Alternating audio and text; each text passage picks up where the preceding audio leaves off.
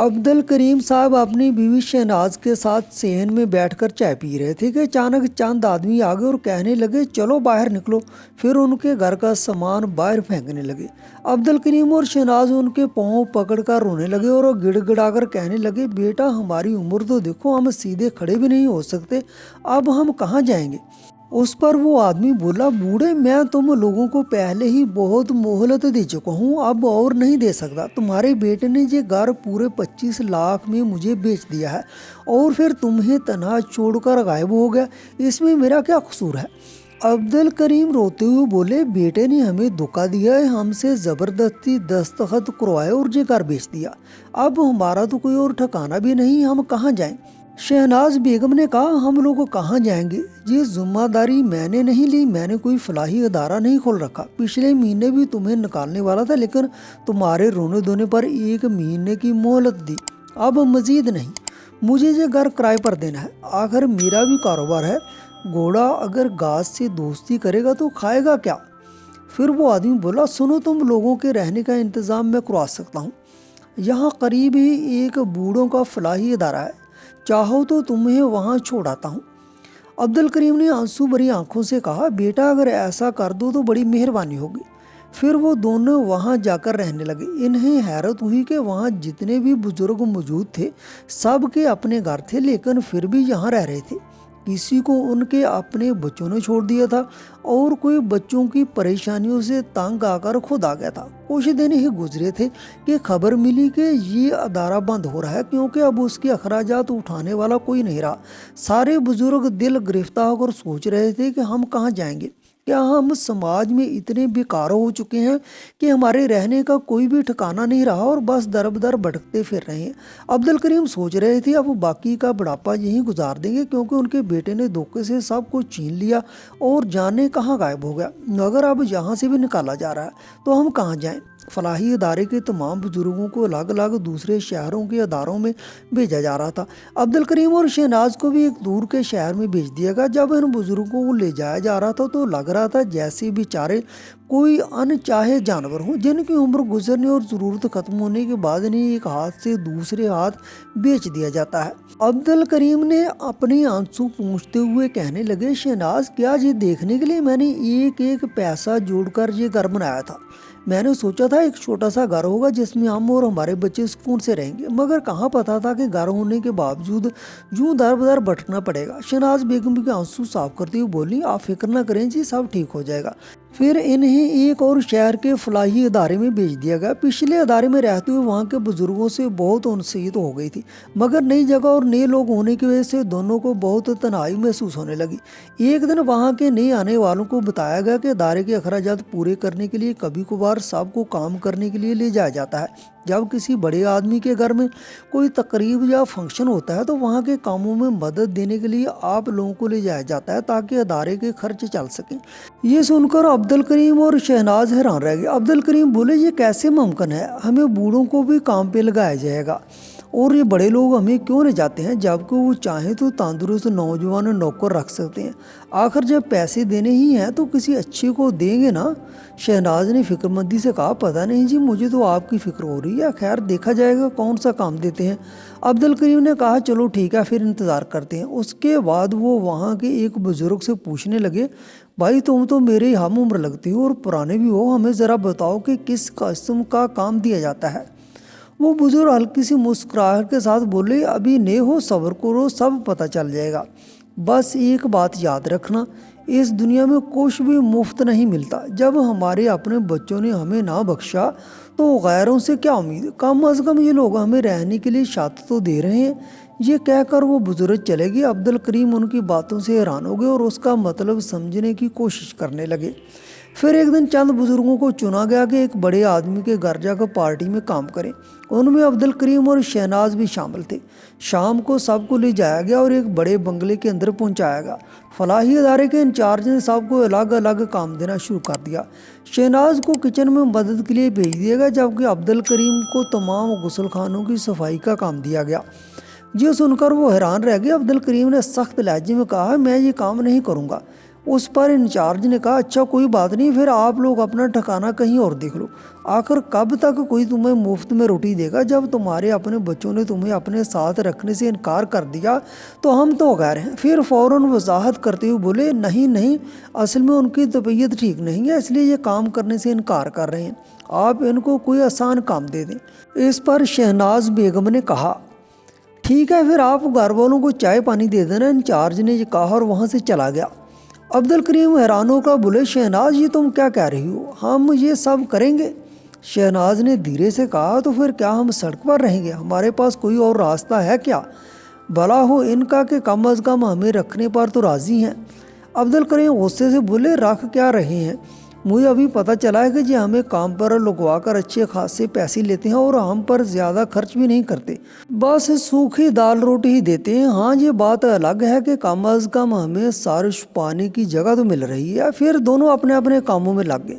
अब्दुल करीम जब सबको चाय दे रहे थे तो एक आदमी को पीछे से आवाज़ दी साहब चाय। वो आदमी जब पीछे मुड़ा तो अब्दुल करीम के होश उड़ गए।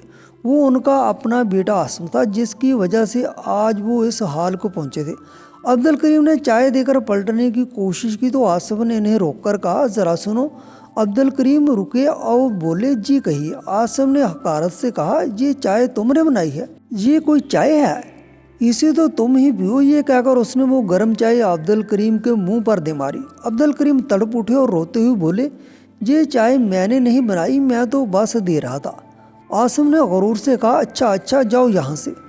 अब्दुल करीम एक कोने में जाकर अपने आंसू छुपाने लगे। इतने में शहनाज बेगम वहाँ आ गई और वजह पूछी। अब्दुल करीम ने सब कुछ बता दिया। ये सुनते ही शहनाज को बेहद गुस्सा आया और वो फ़ौरन उठकर आसिम के पास जाने लगी। अब्दुल करीम ने इन्हें रोककर पूछा तुम कहाँ जा रही हो? शहनाज ने सख्त लहजे में कहा इस नालायक को एक थप्पड़ मारने। इतना सब कुछ करने के बाद भी इसे चैन नहीं मिला, अपने बाप पर चाय फेंकता है। फिर वो बोली इसकी आज की हरकत के बाद तुम्हें भी अंदाज़ा हो गया होगा कि वो किस हद तक गिर चुका है। तुम्हें क्या लगता है क्या इस पर तुम्हारे थप्पड़ मारने से कोई फ़र्क पड़ेगा? उल्टा वो और हमारे लिए मुश्किल खड़ी कर देगा। अब्दुल करीम ने कहा तो क्या हम उसे ऐसे ही छोड़ देंगे? हम काफ़ी अरसे से इसे तलाश कर रहे थे ताकि जान सकें कि उसने ऐसा क्यों किया, और अब जब वो हमारे सामने है तो उसे यूं जाने दें। शहनाज ने कहा नहीं मैं ऐसा नहीं कह रही, मैं तो कह रही हूँ कि इसे इसी की ज़ुबान में जवाब देने की ज़रूरत है। अब्दुल करीम ने पूछा यानी तुम क्या करने वाले हो? शहनाज बोली आजकल के बच्चों को लगता है कि वो जो चाहें करेंगे और माँ बाप सहते रहेंगे, मगर ये गलत है। अगर वो पैसों के लिए इतना नीचे गिर सकता है तो मैं भी उसका बाप हूँ। आसिम वहाँ खड़ा था, बोला ए बूढ़े ज़रा इधर आओ, सिर्फ चाय ही देगा, जाकर कुछ खाना ले आ। आसिम ने कहा। अब्दुल करीम जाते हैं और उसके लिए मीठा ले आते हैं। मीठा खाकर आसिम अपना हाथ अब्दुल करीम की कमीज़ पर पूंछ देता है और कहता है मेरा जूता साफ़ कर दे, बड़े गंदे हो गए हैं। अब्दुल करीम इसकी तरफ आंखें फाड़कर घूरने लगते हैं। उसी वक्त आसिम फुसफुसा कर कहता है दिखाने की ज़रूरत नहीं है, पहले तो तुम्हें घर से बेघर किया था, अब इस काम से भी निकलवा कर भूखे मरने की हालत में ला दूंगा। पता है आज मेरी शादी है, ये जो तमाम इंतज़ाम है ना वो मेरे लिए ही है। मैं इसी घर की लड़की से शादी करने जा रहा हूँ, जैसा मैं कहूँगा वैसा ही करो। अब्दुल करीम बोले आखिर हमारी कौन सी गलती की सज़ा है जो तुम पैदा हुए? आधी बात याद है जब मैं जुआ में पैसे आ रहा था, गुंडे मेरे पीछे थे, तब तुमसे मैंने पैसे मांगे थे, तुमने क्या किया? उल्टा मुझे पकड़वाने की धमकी दी। आसिम ने कहा इसी का बदला लिया मैंने। अब्दुल करीम ने कहा बेटा अपने माँ बाप को सड़क पर मरता छोड़कर नई जिंदगी बसाना चले गए हो। अरे तुम तो किसी के शोहर बनने के लायक ही नहीं हो, तुम पहले भी जुआरी थे और आज भी जुआरी हो। मैं पूरे यकीन के साथ कहता हूँ कि तुम ये शादी भी पैसों के लिए कर रहे हो, क्योंकि जितना मैं तुम्हें जानता हूँ तुम में जिम्मेदारी नहीं। आसिम ने कहा मेरे लिए पैसा ही मेरी जिम्मेदारी है। अब मेरी शादी जहाँ हो रही है ना, इसके बारे में जानकर तुम होश उड़ा दूंगा। तुमने वो घर बेचा, सारा पैसा जुए में हार गया, फिर मेरी किस्मत ने मुझे एक बार बचाया, उसे भी मैंने तुम लोगों की वजह से पाया। एक बार उसने मेरी जान बचाई, फिर मैंने अपने यतीमपन और तन्हाई का दुख सुनाया, फिर क्या था, आज की खुशी तुम देख सकते हो। अब्दुल करीम ने कहा, तुम्हें क्या लगता है कि दुनिया में सिर्फ तुम ही चालाक हो? जिस तरह तुमने हमें बेवकूफ़ बनाकर घर के कागजात पर दस्तखत करवाकर धोखा दिया था, आज भी तुम किसी लड़की को धोखे में फंसाने की सोच रहे हो और तुम बच जाओगे। इससे पहले कि अब्दुल करीम अपनी बात खत्म करवाते, आसिम बोल पड़ता है, तो क्या तुम सब जाकर बताओगे? पागल बूढ़ो, मेरा और उसका फासला देखो। अभी कहाँ तुम एक नौकर और कहाँ मैं इस घर का होने वाला दामाद। कौन यकीन करेगा? मैं कहता हूँ अपनी भलाई चाहते हो तो यहाँ से निकल जाओ, वरना तुम्हारा हाल पहले से ही बदतर कर दूंगा। बेटा, तुम्हें हर बात में बड़ी जल्दी रहती है, मेरी पूरी बात तो सुन लिया करो। मैं कह रहा था, तुम जो अपने सीने पर हाथ मार कर अपनी तारीफें कर रहे थे, अगर किसी ने सुन लिया तो ज़रा पीछे तो देखो। जैसे ही आसिम पीछे मुड़ा तो अपनी दुल्हन आयशा को वहाँ खड़ा देखकर उसके गेगी बंध जाती है। बेटा, पहले मैं बहुत रोया करता था क्योंकि तुमसे मिलने की कोई उम्मीद नहीं थी, मगर जब तुमसे मिला और वो कड़वी चाय का जायका चखा तो कसम खा ली कि तुम्हें भी एक ऐसा सबक सिखाऊंगा जो ज़िंदगी भर याद रहेगा। फिर मुझे खबर मिली कि आज तुम्हारी मंगनी, और मैंने सोचा इस लड़की को तुम्हारी असलियत बता दूं, मगर बात वहीं आकर अटक गई। आसिम ने पसीने पसीने होते हुए कहा, नहीं आयशा, ये सब इस बूढ़े की साजिश है, इसकी बातों में बात आना। इतने में आयशा के हाथ का एक जोरदार थप्पड़ आसिम के गाल पर पड़ा। तुम्हारी हिम्मत कैसे हुई मेरे साथ इतना बड़ा धोखा करने की? शादी में ऐसे मेहमान दूल्हे को हैरत से देखने लगे। आसिम कुछ बोलने ही वाला था कि दूसरा थप्पड़ भी उसके गाल पर पड़ गया। खबरदार, अगर अपनी गंदी जुबान से मेरा नाम लिया तो। जो अपने वालिदैन को धोखा दे सकता है उस पर क्या भरोसा कि कल मुझे धोखा न दे। आयशा का ये रूप देखकर सब लोग शुशदर रह गए। उसी दौरान शहनाज भी गुस्से में आकर सामने खड़ी हो गई और कहा, अपने वालिदैन की बुढ़ापे की जिंदगी बर्बाद करके चैन नहीं मिला, अब इसको अपना शिकार बनाने पर तुला है। देख बेटा, दुनिया कितनी छोटी है, तेरा किया हुआ जुल्म आज तुझ पर लौट आया है। तूने हमें बेकार किया, हमें बूढ़ों के अदारे में भेज दिया और आज वहाँ से काम करते करते यहाँ तक पहुँचे ताकि तुझे सजा मिले। आयशा ने कहा, आंटी जी आप फिक्र ना करें, इस यतीम को अब इसका असली घर मिलने जा रहा है, जेल। आसिम गड़गड़ाकर अपने वालिदैन से माफ़ी मांगने लगा, मगर उसके माँ बाप ने साफ इनकार कर दिया कि वो अब उसे अपना बेटा नहीं मानते। फिर पुलिस आकर फ्रॉड के इल्ज़ाम में आसिम को गिरफ्तार करके ले गई। शादी हाल में मौजूद सब लोग आयशा के हक़ में तालियां बजाने पर मजबूर हो गए और कहने लगे, अगर ऐसी ही लड़कियां अपने हक़ के लिए डट जाएं तो किसी मर्द की हिम्मत नहीं होगी कि उसके साथ धोखा कर सके। सब लोगों ने आयशा को खुश रहने की दुआ देकर रुखसत ली। उसके बाद अब्दुल करीम साहब और शहनाज बीबी भी जाने लगे। तभी आयशा ने इन्हें रोक कर कहा, आज आप लोगों की वजह से मेरी ज़िंदगी बर्बाद होने से बच गई है, इसीलिए मैंने आप लोगों के लिए कुछ रखा है। वही घर जो आपसे धोखे से छीन लिया गया था, वो अब आपको वापस मिल रहा है। आज के दौर में जहाँ लोग सिर्फ अपने बारे में सोचते हैं, वहाँ आपने बेसहारे होकर भी मेरे बारे में सोचा, ये जानते हुए भी कि अगर आपकी बात सच साबित ना हुई तो आप सड़क पर आ जाएंगे।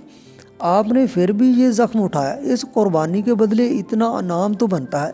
जब अब्दुल करीम साहब और शहनाज बीबी ने अपना घर दोबारा पाया तो उनकी खुशी के आंसू अल्फाज में बयान नहीं हो सकते थे। कपकपाते होंठों से अब्दुल करीम साहब ने कहा, बेटी हमेशा खुश रहो और आइंदा कभी किसी पर भरोसा करने से पहले हमारा हाल याद रखना। इन लूटने वाले बुजुर्गों को दोबारा इनका ठिकाना दिलाने के बाद अब्दुल करीम साहब और शहनाज बीबी अपने घर में सुकून से रहने लगे।